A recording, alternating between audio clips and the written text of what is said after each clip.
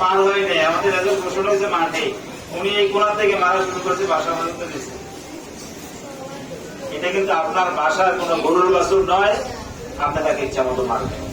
গরুকেও মারা নিষেধ ইসলামের বিধান। আর আপনি একজন মানুষকে মারবেন, সেটা তো কোনোভাবেই হয় না। আপনার এই জায়গায় একজন অভিজ্ঞ ডাক্তারের ভূমিকা পালন করতে হবে। বলছিলাম এক্সরে দিয়েছে অথবা পরীক্ষা নিরীক্ষা দিয়েছে, আপনার অসুস্থতা ধরা পড়েছে, সেখানে ডাক্তার কি করে প্রেসক্রাইব করে যে এই কাজ করা যাবে, এই কাজ করা যাবে না, ওষুধ 3 বেলা দিলাম, এইভাবে খেতে হবে। এবার ওষুধ দিয়েছে, আপনার কাছে আসছে, ওষুধ খাইছেন, ব্যায়াম দিয়েছে, যা কিছু দিয়েছে সবকিছু করছেন ঠিকঠাক, আমার মধ্যে এখন সুস্থ। আমরা এখানে শিক্ষার্থীদেরকে গড়ে তোলার ব্যাপারে এই অভিজ্ঞ ডাক্তারের ভূমিকা আমরা পালন করতে পারি না। আমরা অভিজ্ঞ লোকের ভূমিকা, অভিভাবকের ভূমিকা পালন করতে পারি না। আপনি একজন অভিভাবক হিসাবে যদি সন্তানকে ডাক্তারের কাছে নিয়ে যান, ঠিক সেম কাজ করেন, কিন্তু এখানে এসে আপনার খুব বাড়াবাড়ি করেন। এই জন্য যারা বাড়াবাড়ি করছেন তাদেরকে ধন্যবাদ দিচ্ছি যে আপনার আন্তরিকতা আছে রেজাল্ট ভালো করার পেছনে, হ্যাঁ বিষয়ে, কিন্তু এত আন্তরিকতা খুব ভালো নয়। মিষ্টি দেওয়া ভালো, লবণ দেওয়া ভালো, তরকারির মধ্যে লবণ দেওয়া ভালো, কিন্তু লবণ দিতে যায় যদি আপনার আমাদের অর্ধেক প্যাকেট দিয়ে দেন, ওটা তো খাওয়ার পরিবেশ থাকে। বাচ্চাদেরকে শাসনে রাখতে হবে, এই বিষয়ে কোনো সন্দেহ নাই। আজকে আমরা লক্ষ্য করছি, খুব নিবিড়ভাবে লক্ষ্য করছি, বিগত 2 বছরের করোনার কারণে প্রভাবে যা হয়েছে দেশের অর্থনৈতিক ক্ষতি, সারা বিশ্বের ক্ষতি, তার চেয়ে বেশি হয়েছে আমাদের দেশে আমাদের সন্তানদের চরিত্রের ক্ষতি। এরা আগে যেভাবে ঠিকঠাক মতো লেখাপড়া করতে, এখন আর করে না, এখন আর মনোযোগটা নেই।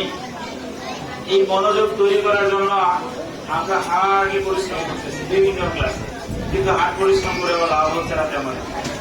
এক্ষেত্রে আপনাদের যদি সহযোগিতা পাই, তাহলে সামনে ইনশাআল্লাহ আমাদের প্রচেষ্টাটা সাকসেস হবে। সেজন্য আপনাদের প্রত্যেকে সহযোগিতা চাই।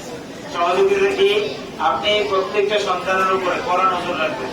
ইলিয়াস বলছেন ছোট ক্লাসের ছাত্রদের উপর নজর আছে আপনাদের, সেজন্য আলহামদুলিল্লাহ। কিন্তু একটু বড় যারা হয়েছে তাদের মধ্যে একটু নজরটা কমাই দিয়েছেন না, সেখানে নজর বাড়বে। যত বয়স বাড়বে ততই নজরদারি বাড়বে, যত বয়স বাড়বে ততই নজরদারি বাড়বে। কিন্তু সেক্ষেত্রে একটু কি করতে হবে, তাকে কিছু কিছু ব্যাপারে স্বাধীনতা দিতে হবে, কিছু কিছু কাজ তার হাতে ছেড়ে দিতে হবে, তার মতো করে তৈরি করার জন্য তাকে প্ল্যান দিতে হবে, তার মতো করে সাজানোর জন্য তাকে খুব দিতে হবে, সুযোগ দিতে হবে।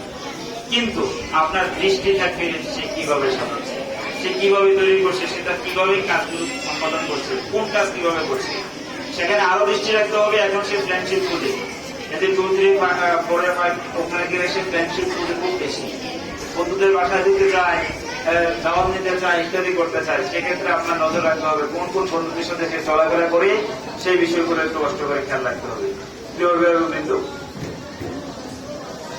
এই বিষয়ে আমার কথা শেষ। শিক্ষার্থী যারা আছো তারা নিশ্চয়ই আমার কথা শুনতেছো। আমরা তোমাদের সাথে নিয়মিত কথা বলি। আমি প্রতি ক্লাসে, আমার বিশেষ কোনো ক্লাস নেই, শুধু 10ম শ্রেণীতে একটা ক্লাস নেই, আর বাকি টাইমটা আমি আপনাদের জন্য অফিসে কিছুটা রাখি।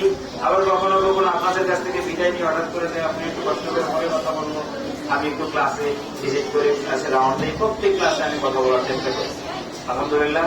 সেখানে আমরা শিক্ষার্থীদের সাথে অনেক কিছু শেয়ার করি। আজকে বেশি কথা বললে শিক্ষার্থীরা বুঝবেও না, শুনবেও না, সেজন্য কথা বলছি। একটা শুধু কথা বলবো, আজকে রেজাল্টের পর একটা শপথ নিতে হবে প্রত্যেক শিক্ষার্থীকে।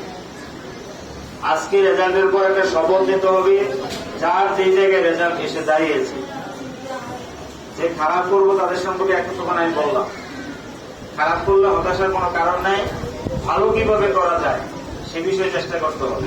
একটা সিদ্ধান্ত নিতে হবে, যত যত সমস্যা তোমাদের দৃষ্টিতে ধরা পড়বে, যে সাবজেক্টে কম মার্কস থাকবে, সব যদি এর চেয়ে নিচে থাকে, তাহলে সেই পর্যায়ে পৌঁছার জন্য চেষ্টা করবে।